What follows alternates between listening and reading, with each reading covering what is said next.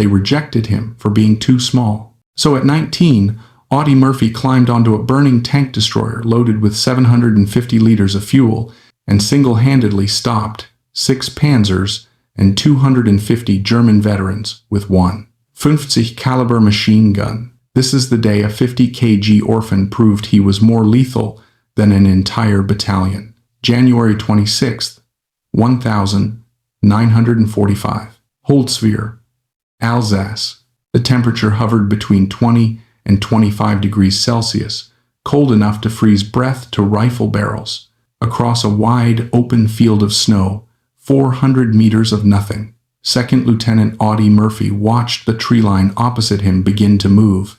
He was 19 years old, 60 kilograms, 165 centimeters tall. The Marines had rejected him for being too short. The paratroopers rejected him for being too light.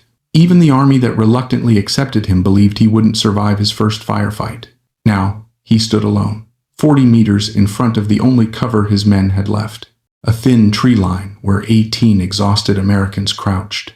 18 out of the 120 who had gone into the forest just 48 hours earlier. Murphy was the youngest officer in the entire regiment. He had no business being alive, let alone in command. But the battlefield didn't care about height requirements or paperwork. It only cared about what a man would do when everything else collapsed. Without warning, the world erupted. German artillery smashed into the frozen earth around Murphy's position, exploding wider and deadlier than in soft ground. Shrapnel hissed through the air like hornets. Snow became dust. Trees snapped. The telephone line beside him, the only thing connecting him to artillery support, miraculously held. Then came silence. A silence so unnatural Murphy immediately knew. This wasn't the end of the attack, this was the setup. Moments later he heard it. Engines. Heavy ones. Shapes emerged through the white blur at the far tree line. 6 German Panzers, advancing in formation. Snow piled on their hulls like armor plating. Behind them, spread out in disciplined rows, came more than 200 Gebirgsjäger, winter warfare veterans, hardened in Finland and Norway. These weren't rear echelon troops, these were killers. Murphy counted quickly. Maybe 250 men. 6 tanks, open ground, perfect visibility for the enemy. 18 Americans with rifles, and him, one lieutenant in a shallow hole, holding a field phone and a decision no one 9-year-old should ever have to make. If the Germans reached the tree line, Company B was finished. Murphy didn't hesitate.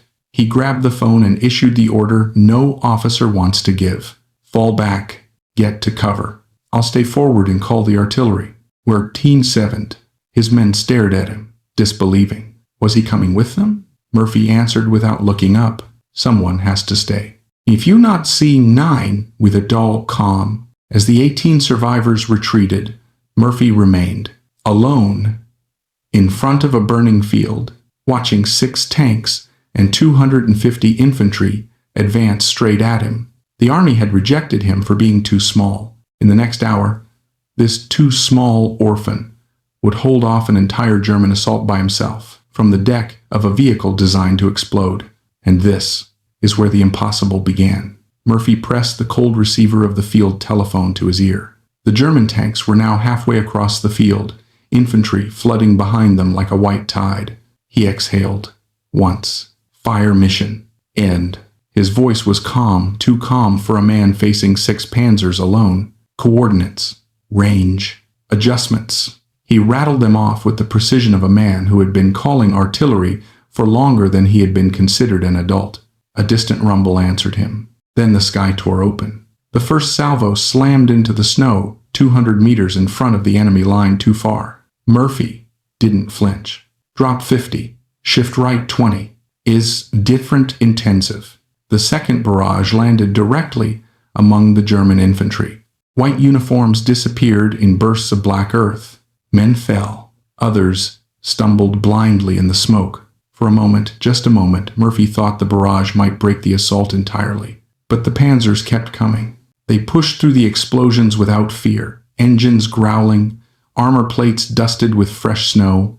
Behind them, the surviving infantry spread out, slipping into shell craters, bounding forward with the precision only elite mountain troops possessed. Artillery alone wouldn't stop them. Murphy saw the truth before anyone else could have said it. The Germans would reach the tree line, and when they did, 18 Americans would die.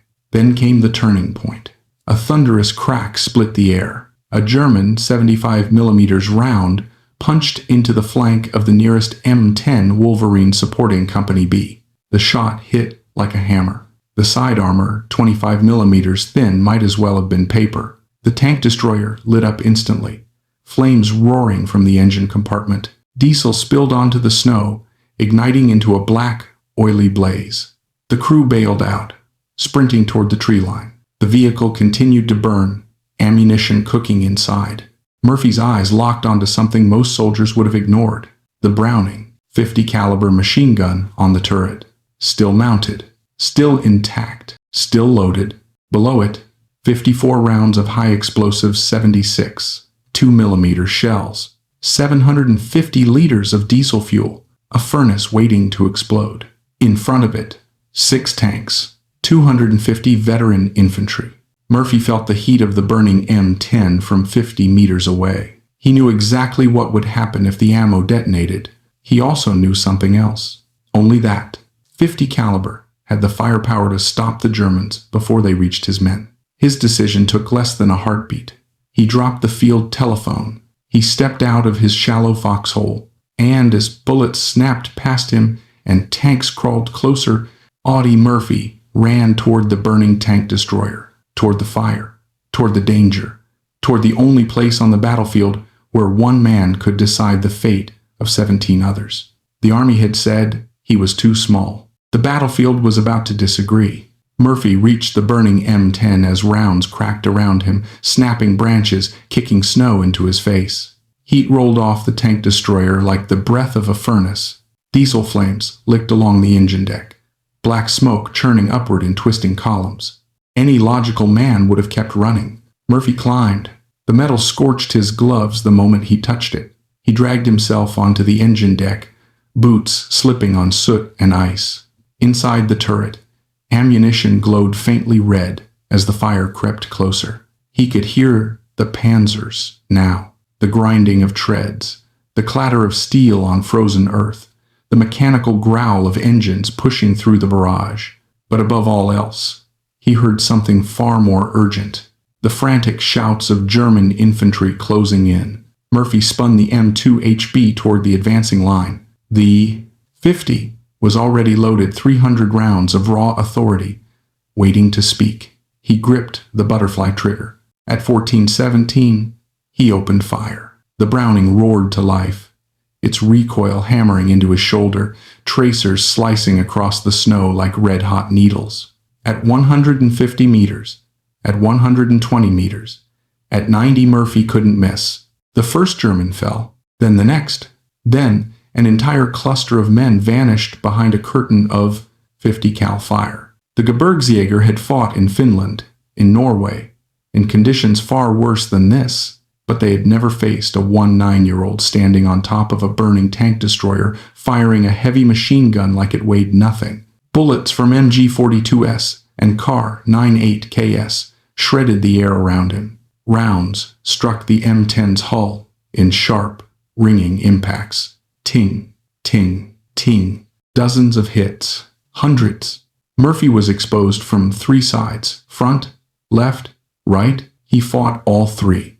He swung the Browning in a wide arc, the barrel beginning to glow, sparks spiraling off the muzzle. German infantry tried to sprint between shell craters. He cut them down mid-stride. Others tried crawling from cover to cover. Murphy anticipated their movement and fired before they stood. He didn't waste rounds. 6 to 8 round bursts.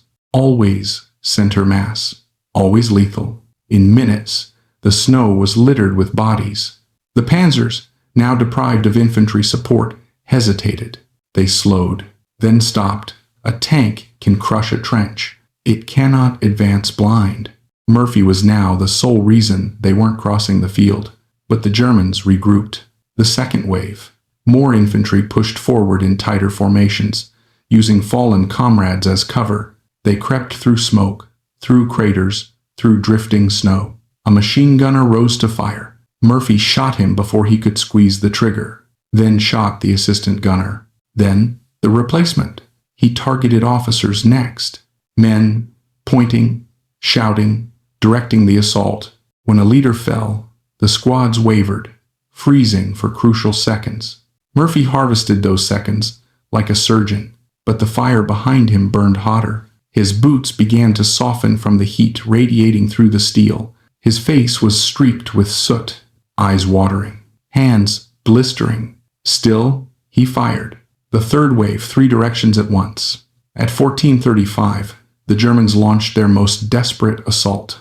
A squad broke left. Another pushed center. Another crawled along a drainage ditch to his right, close, too close.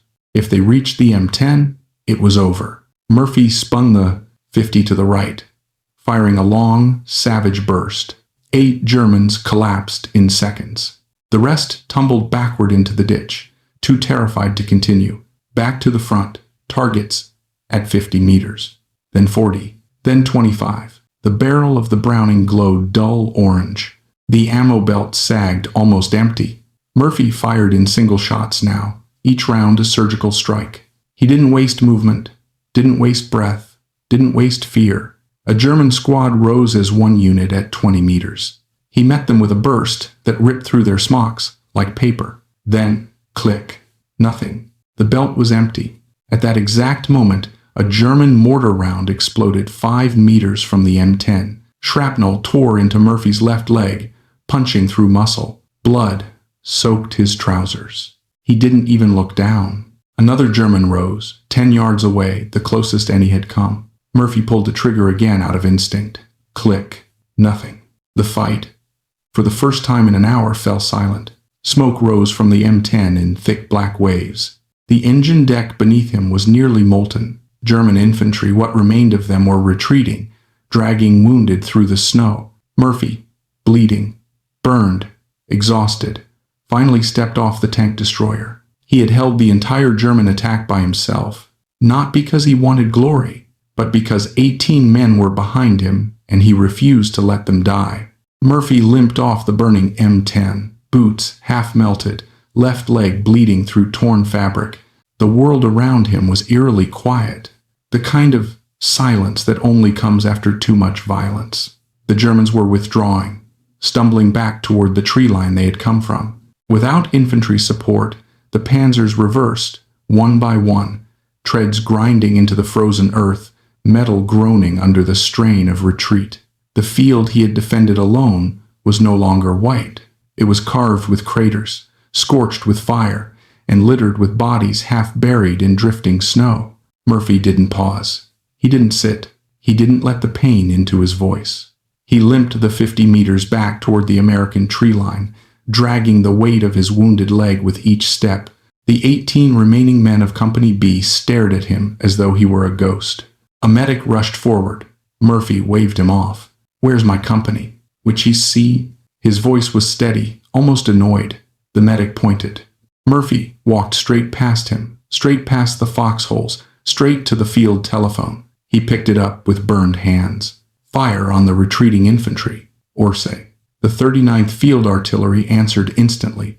Shells whistled overhead and crashed into the withdrawing Germans, tearing the snowfield open in violent blossoms of fire. Most officers would have ended the day right there. Most men would have collapsed into the snow. Murphy didn't. He turned to his exhausted, frozen, half-shattered company, men who had just watched him do the impossible. "We're going back," he said. Not a suggestion, not a debate, a statement. His men hesitated.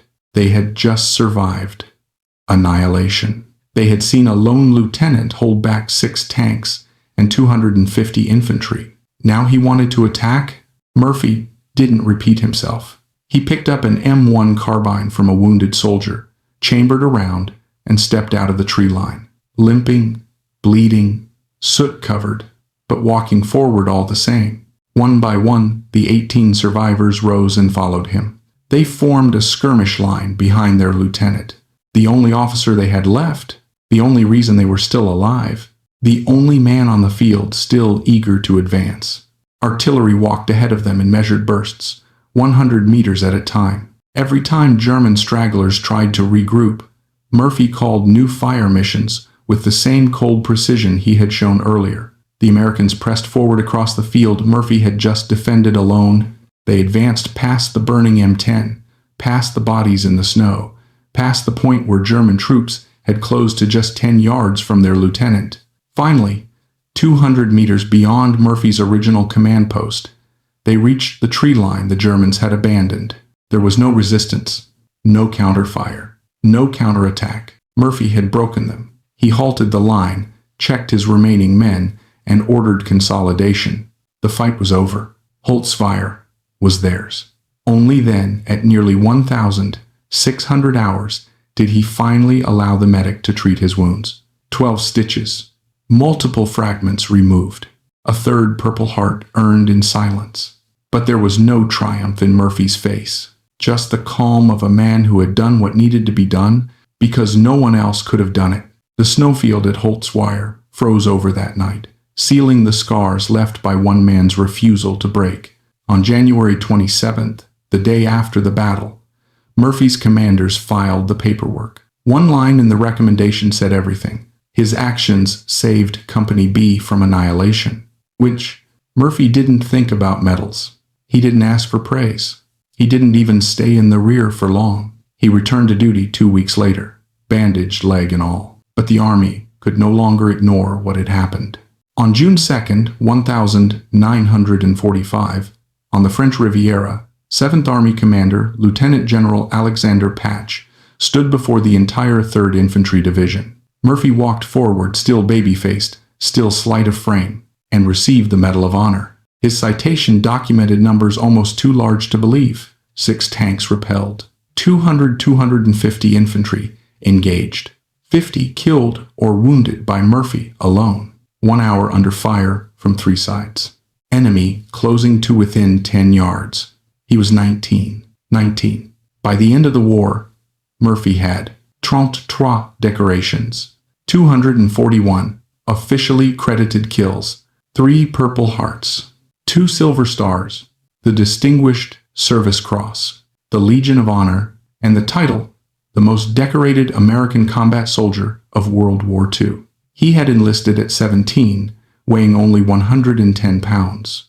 If this story moved you, it's because men like Audie Murphy remind us of something we forget too easily. Courage isn't born in perfect bodies or perfect circumstances.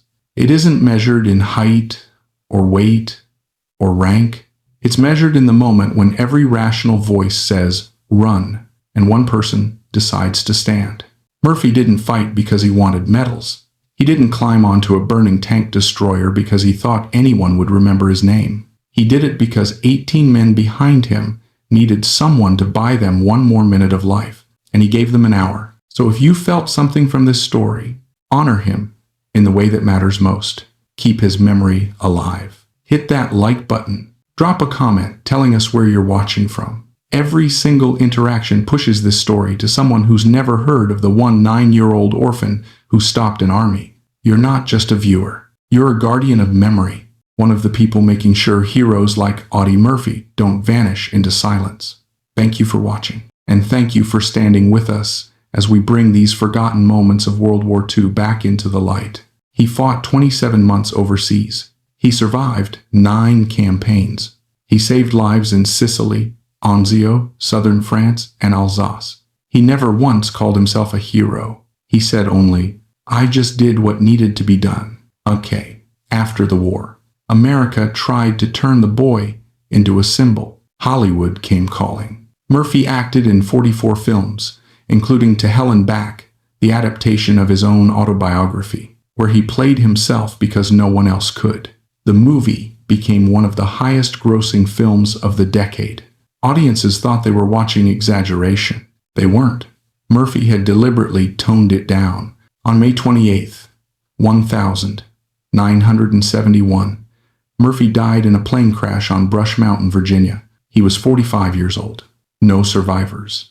On June 7th, he was buried at Arlington National Cemetery, Section 46, with full military honors. His grave is one of the most visited in the entire cemetery, second only to President John F. Kennedy's. People come from across America, not for the movie star, for the soldier, for the boy who was told he was too small, too weak, too light, and answered by fighting harder than anyone in his generation. Military officers still study his battle at Holzfeuer. Psychologists still debate whether courage on that scale can be taught. The consensus is the same as it was in 1945. You cannot train a man to do what Audie Murphy did, because it wasn't about strength, or rank, or firepower. It was about something deeper, the absolute refusal to let his men die when he could still stand and fight. On that frozen field in Alsace, surrounded by tanks, machine guns, and 250 German infantry, a 19-year-old lieutenant made a choice. The Germans would not pass. Not while he was still breathing, and that is why his name endures. What you just watched wasn't a movie. It wasn't Hollywood. It was a 19-year-old kid rejected for being too small, standing on a burning tank destroyer and stopping 6 Panzers and 250 German veterans by himself. Let that sink in. If this story doesn't deserve to be heard, nothing does. So, do me one favor. Don't let Audie Murphy disappear from YouTube's algorithm. Hit like right now so this video gets pushed to more people. Smash subscribe so you don't miss the next insane WW2 story. And drop a comment telling us where you're watching from. We read every single one.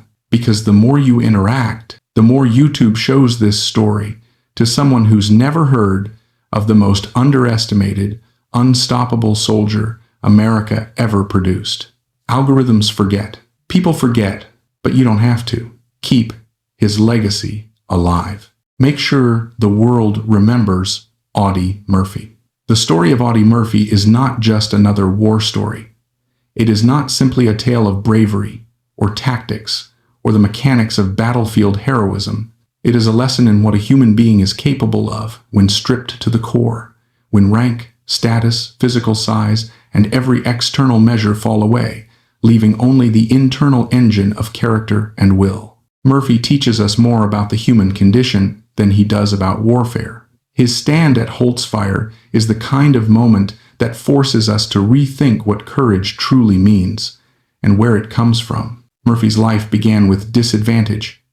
Born into poverty, orphaned young, forced into adulthood at 16, he learned early that survival often depended on silence, patience, and precision. He hunted not for sport, but to keep his siblings alive. He endured not because he was strong, but because he had no other choice.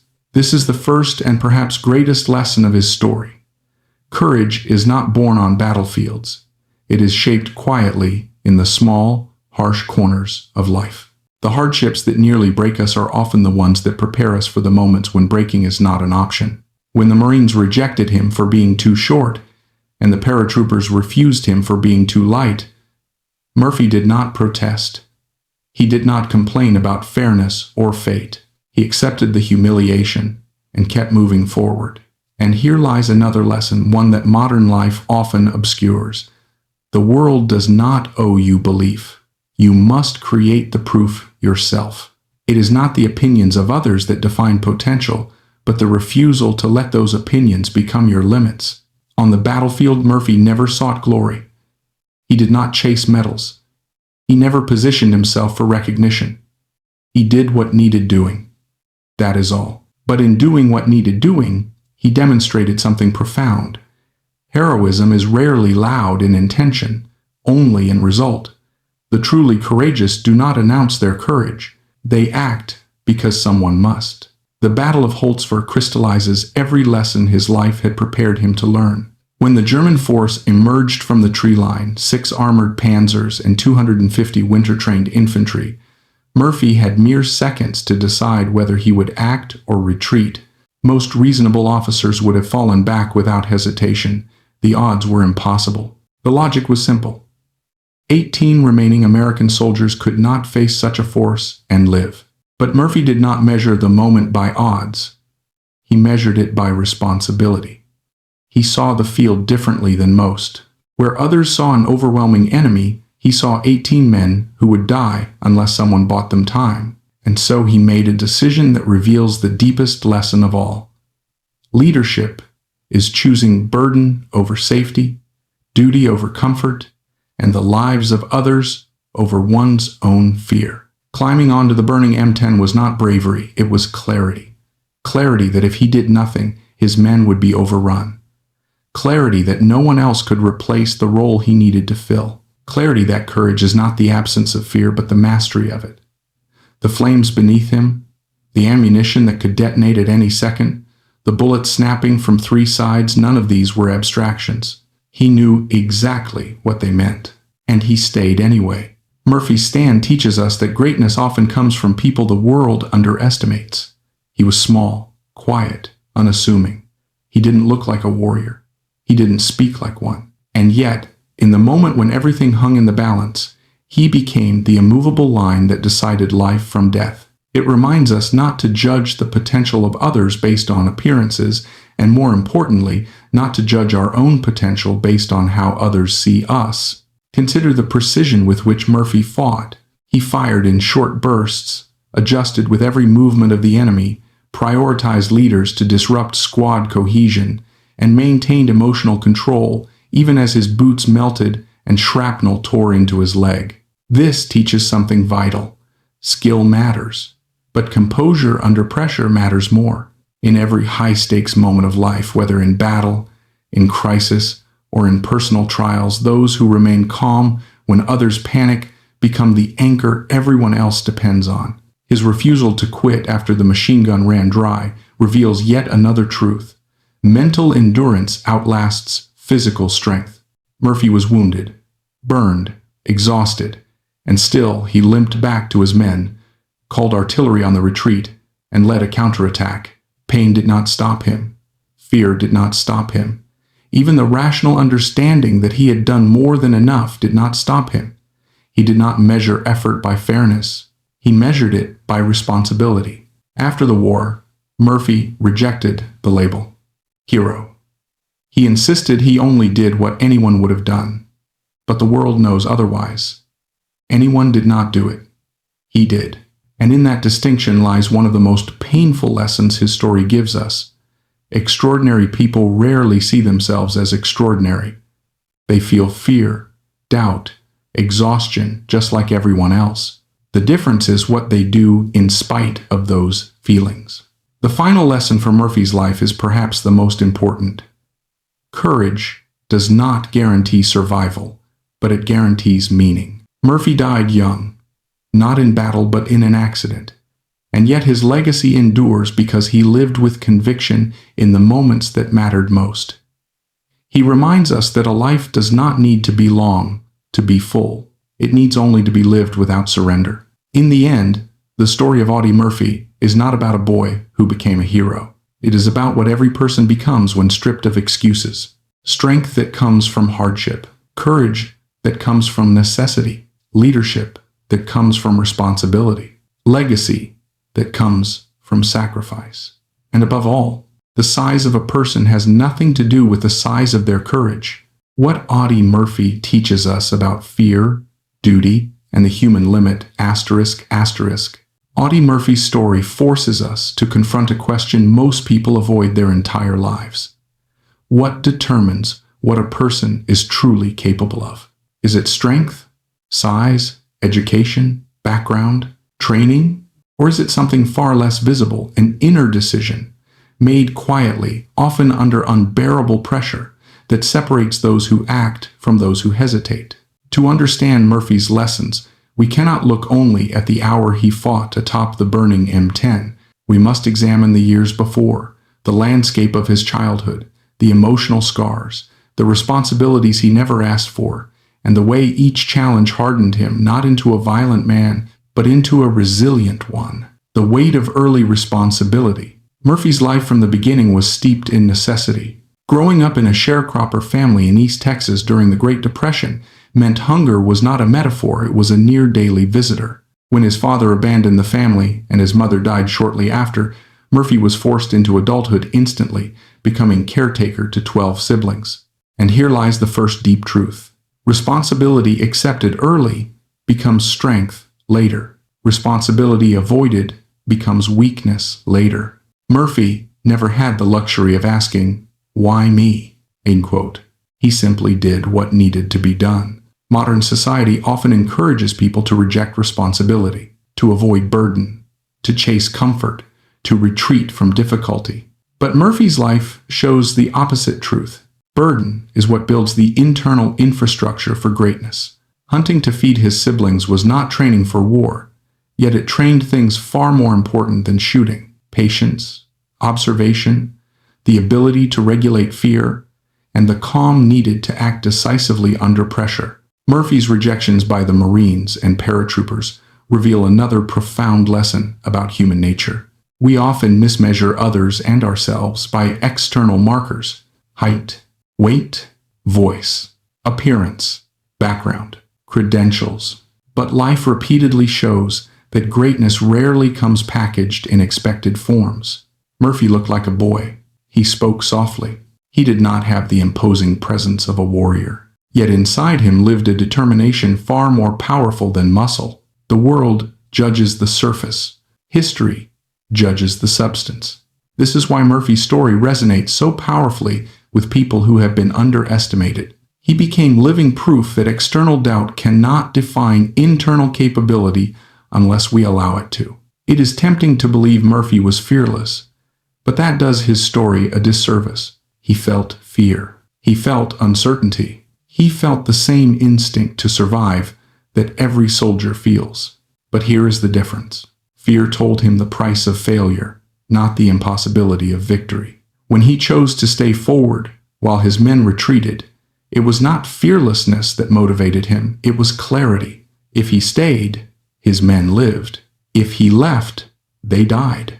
In moments of true crisis, decisions simplify. Fear becomes irrelevant compared to responsibility. Courage, then, is not the absence of fear. It is the refusal to let fear make the decision. Murphy continued the fight even when wounded, burned, and out of ammunition. This reveals a psychological principle rarely discussed. The human body gives up long before the human spirit does.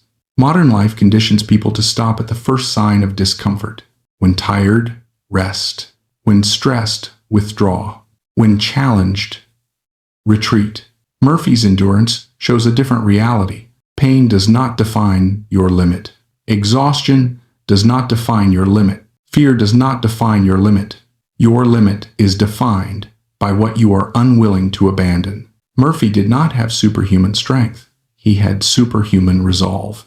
Murphy's stand at Holzweier is a study in leadership as moral responsibility. He did not lead from behind. He did not issue orders he himself was unwilling to follow. When the choice came to risk his life or preserve it, he chose the former not because he wanted glory, but because leadership demands sacrifice.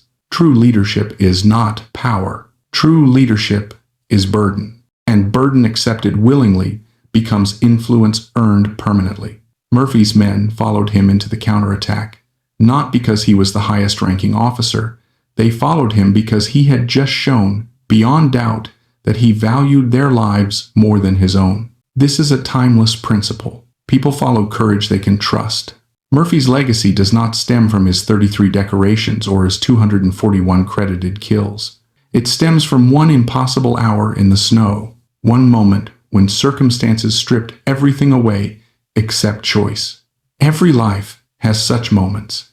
Moments that compress all your abilities, fears, hopes, and character into a single decision. We rarely recognize these moments when they arrive. They are disguised as emergencies, tragedies, crises, or impossible tasks. But history tells us that 1 hour, one decision, can redefine a human life. Murphy did not plan to become a symbol. He simply chose not to abandon the men behind him. In an age when people are easily discouraged, easily offended, easily shaken, Murphy's story confronts us with uncomfortable questions. What excuses do we cling to? What potential do we bury because others fail to see it? What responsibilities do we avoid because they cost comfort? How many times do we let fear shape our choices?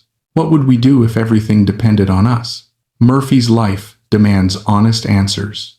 We often overestimate the obstacles in our path and underestimate the strength within us.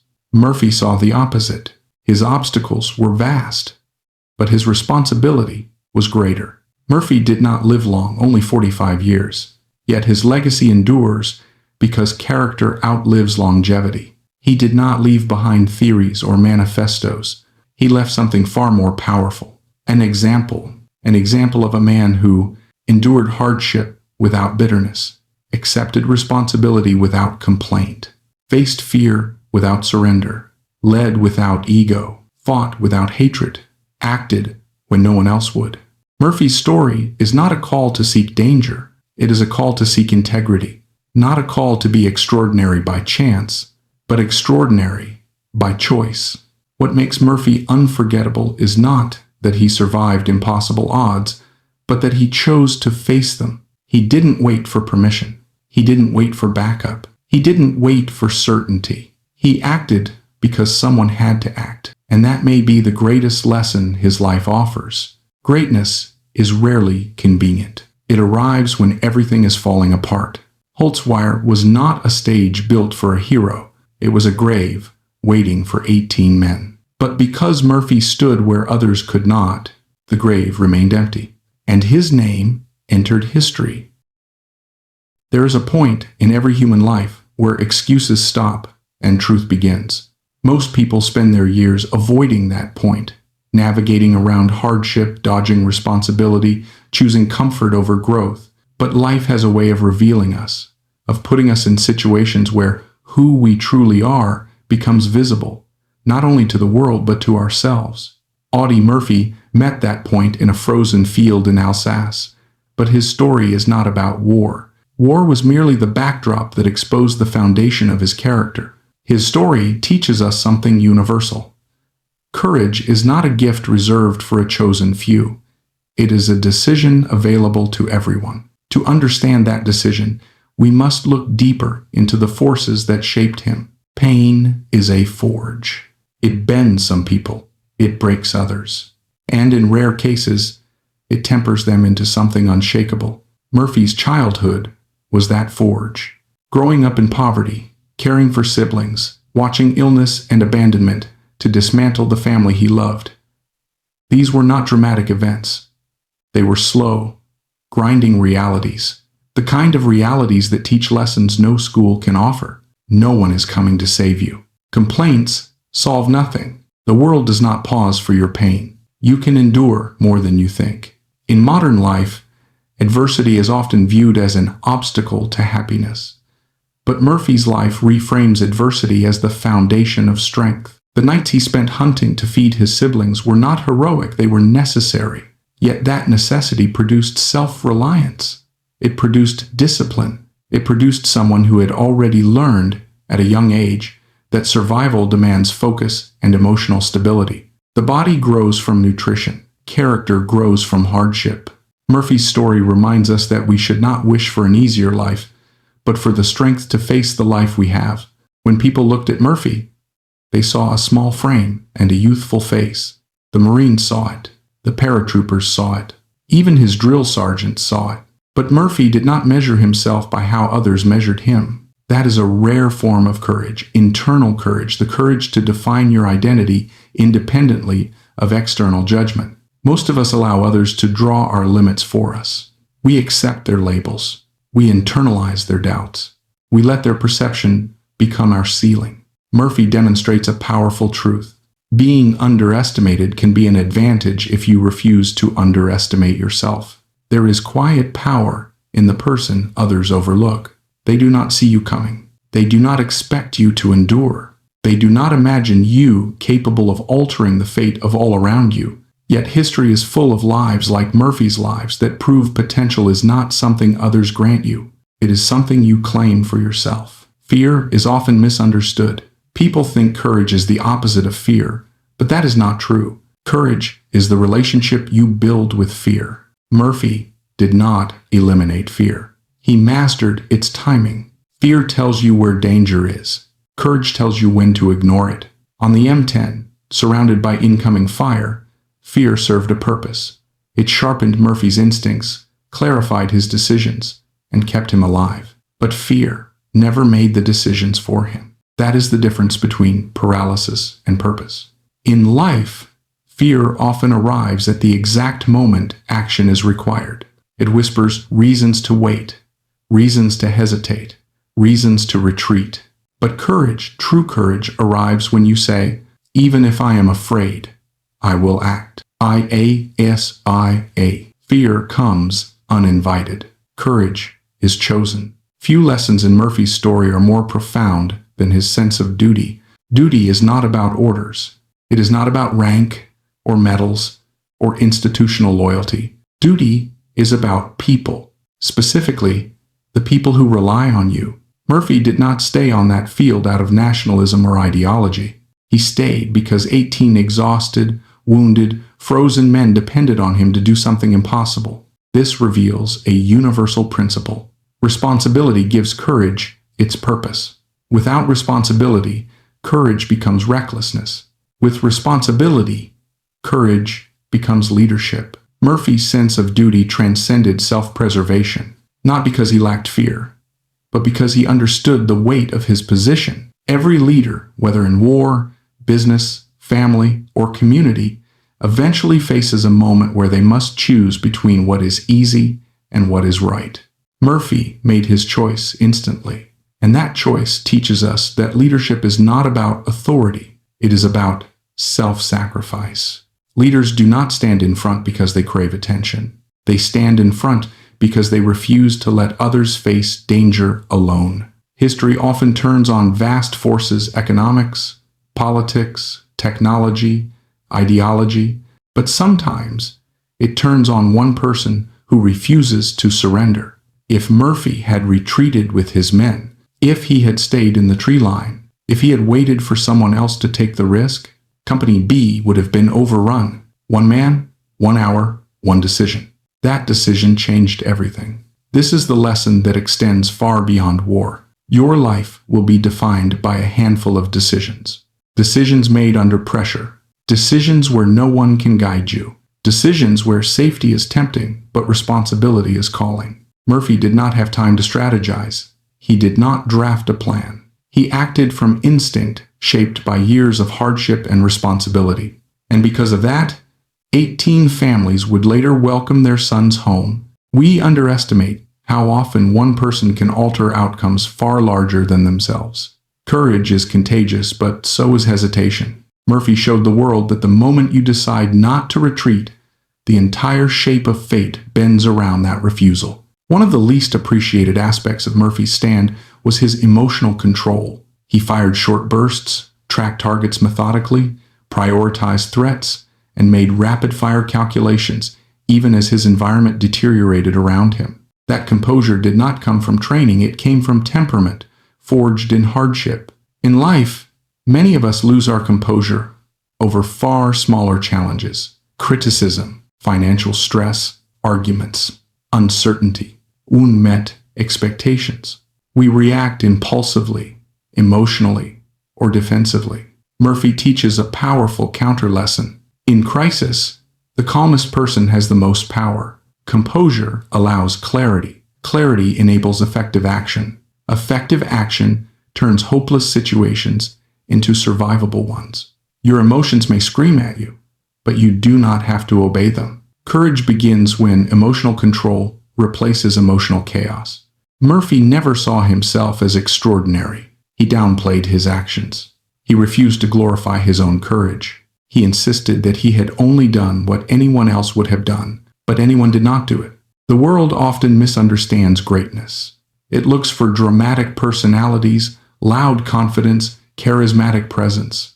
Yet Murphy was quiet, small, humble. What he possessed was far more powerful: internal consistency between what he believed and what he did. He believed his men's lives mattered more than his own, so he acted accordingly. Greatness is almost always quiet like this. It emerges not from ego, but from alignment between values and action. Stories like Murphy's survive only if someone chooses to remember them. The world moves fast, too fast. Heroes fade from public knowledge as trends drown out history. But memory is part of moral inheritance. If we forget the people who endured the unimaginable so others could live, we forget the lessons that make society stronger. Murphy's grave at Arlington is one of the most visited, not because he was famous in Hollywood, but because people feel something when they stand before the headstone of a man who gave more than he ever asked for. We visit graves to remind ourselves that courage existed, and therefore can exist again. We retell these stories because they challenge us to ask, what kind of person do I want to be? What will I do when everything is on the line? Will I stand or will I fold? Murphy's answer is carved into history. Courage does not feel good in the moment. It burns. It wounds. It costs. It demands a price that comfort never will. Murphy's courage left scars, physical, emotional, psychological. He carried nightmares after the war. He carried the weight of survival long after the bullet stopped. Courage is not glamorous. It is costly. But the alternative, cowardice, abandonment, regret, costs far more. Murphy shows that a meaningful life is not created through comfort. It is created through the willingness to bear discomfort for the sake of what matters. Pain passes, fear fades, wounds heal, but the honor of having done the right thing, that endures. And so does the shame of having run. Murphy chose honor. He chose burden. He chose responsibility. He chose to stand when standing seemed absurd. And because of that choice, his story still moves us today. There comes a point in every extraordinary story where the details of the event fade and the deeper question emerges. What does this say about the human spirit? Because the truth is this: the world is full of battles, full of wars, full of men and women who faced impossible odds, but very few leave behind a story that remains alive decades later, told, retold.